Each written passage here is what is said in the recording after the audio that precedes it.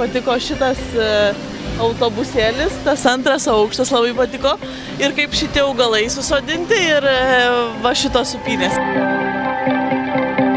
Pasirodė renginys ne tik suaugusiems, bet subalansuotas ir vaikams.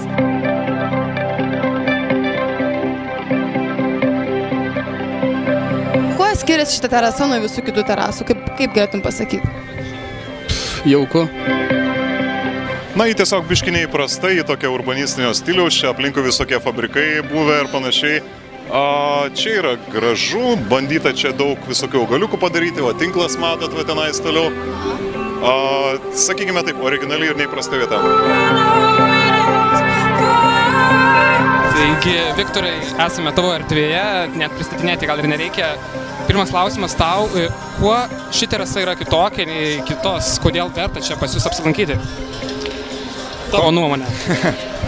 Nu, visų pirma, tai gal aplamai iš viso erdvės, kuriuose esame, manau, tai nelabai tradiciška vieta, kad gamyklinėse patalpose kieme būtų tokia kaip ir įstaiga. Tai manau, kad tai tikrai yra naujovė Lietuvoje, tai yra mūsų ta visa ideologija, loftų ir būtent visokių gamybinių patalpų pavertimas į kultūrinės vietos. Tai čia iš ties yra daug ką veikti, yra tinklas viršuje, galima pašokinėti arba šiaip pagulinėti, pačilinti. Galima badmintoną pažaisti, būna, jeigu turim daug vaikų, pripučiama čia tokį daiktą vaikams. Ta prasme, čia grinai ir plotas, ir visą tai leidžia labai daug ką daryti, ką gal kitose vietose negalima daryti. Turim koncertus tiek viduje, tiek lauke. Mums oras nebaisus, Lietuvoje šią vasarą tikrai tokia ne pati prognoziamiausia. Tai jeigu nusimato daug lietaus ar koncertas vėlai, tai galim jį perkelti į vidų.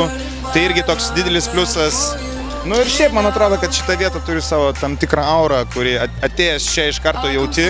Tai arba tau tai patinka, arba nepatinka. Tai va, bet tikrai įdėjom daug savęs, daug meilės, visą mūsų komandą čia, kol viską paruošėm. Ir tikimės, kad atėję svečiai tai vertins ir pasidžiaugs tom. Ką tau pačiam reiškia menų fabrikas, terasa ir bei ši kultūra?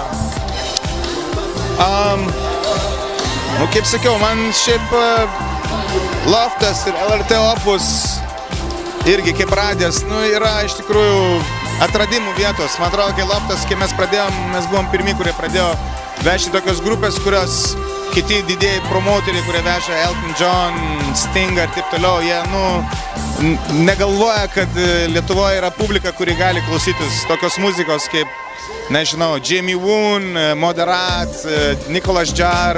Ir mes, aišku, pradėjom ne nuo tokių žymių vardų, bet dėjom iki to ir vėlgi, kartosius, tai yra, galimybė yra atrasti kažką naujo ir irgi tai, kas yra dabar, šviežia ir dabar, now, fresh and up. Nauja, madinga. Taip. Gerai, dėkui tau.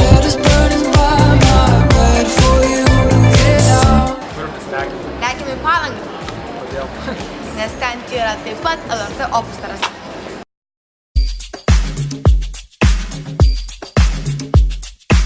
Ieva, sakyk, kodėl būtent LRT Opus terasa? Dėl to, kad čia aš randu savo pasaulio žmonės, Palangoj būdama. Tavo kultūra?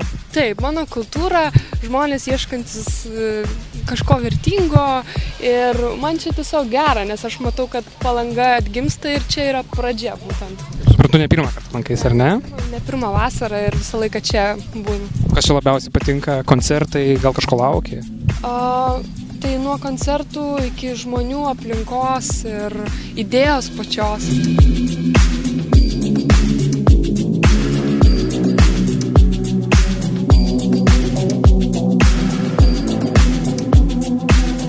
Kaip tropiniai karščiai Palangoje ar netrukdo dirbti? Nežinau, žinokit, būtų nuodėminga sakyti, kad yra per karšta, yra kažkaip reikia džiaugtis, nėra tiek daug vasarą tokių gražių dienų kaip. Patinka? Patinka, jo, ir daugiau žmonių atvažiuoja, ta prasme, kažkaip įvairovė tokia platina, aišku, mano studijoje, jeigu vėliau pasifilmuosi, tai labai karšta būna, bet nieko tokio, optimistiškai. Sakyk, papasakok, Richardai, apie pačią LRT Opus terasą čia Palangoje, ką čia veikite, kas čia vyksta? Tai ką, kaip matot, yra nemažai tokių fainų žmonių, man atrodo, kad tai yra labai graži tokia alternatyva Basanavičiaus gatvėje, visai tai tokia paprastesnės muzikos kultūrai ir ne, čia yra tiesiog jauki vieta, kuri puoštų bet kokį Lietuvos miestą, ar ne, rami, jauki vieta, o ką veikiam, tai kol vyko pasaulio futbolo čempionatas, rodinom futbolo čempionatus. Dabar suintensyvėjo muzikiniai pasirodymai, tai pavyzdžiui, šią savaitę mes turėjom gal keturias grupės, ar ne, kurios grojo šį vakarą, gros LG, labai įdomios merginos. Taip pat buvo visai prieš kelias dienas susitikimas su režisierium Ignu Miškiniu, kada mes prieš jo filmus diskutavome, šiek tiek kalbėjomės apie filmus. Muzikiniai susitikimai ir su atlikėjais, kada mes šiek tiek prieš jiems pradedant savo koncertą pasikalbam apie tai, kaip vystosi jų karjera. Na, tokia tiesiog kultūringa, graži kažkokia veikla, kūrybinės dirbtuvės, o dabar merginos, kaip matau, moko jaunąją kartą vaikučius, kaip gamintis muzikos instrumentus iš niekur, taip kažkaip paprastai, neskubant ir pozityviai. Viktoro, to paties klausiau, ką tau pačiam reiškia LRT Opus bei ši kultūra? Man tai yra, kaip per kokią nors karą būna, nežinau, kaip puola ir lieka kažkoks paskutinis bastionas. Ir jeigu tą bastioną pralaužia, viskas, tos kultūros nebėra. Tai man LRT Opus yra tokia radijo stotis, kad jeigu jos nebūtų, man atrodo, kad mes kažką labai stipraus pralarastumėm kultūrai. Ir tai yra, nežinau, tai yra labai gražus, labai šviesus dalykas. Tai yra parama atlikėjams, tai yra jiems taip pat ir motyvas kurti kažkokią unikalią muziką. Tai yra tuo pačiu mūsų kaip Lietuvos, kurie yra Europos Sąjungos nariai, tai yra mūsų toksai vakariškėjimo ar net tapimo vakarietišką šalim taip pat simbolis, nes visur, Švedijoje, Norvegijoje, Ispanijoje, Lenkijoje netgi yra identiškos panašios radijos stotis. Ir jeigu mes tokios neturėsim, lieka tik tai vyraujanti, populiarioji, komercinė kultūra, kuri iš tikrųjų man neteikia jokio džiugesio, tai nematau prasmės, aš matau prasmę opusiškose dalykuose, kažkokiuose gilesniuose, nežinau, protingesniuose, tai va, tokiuose nuoširdesniuose dar taip pat.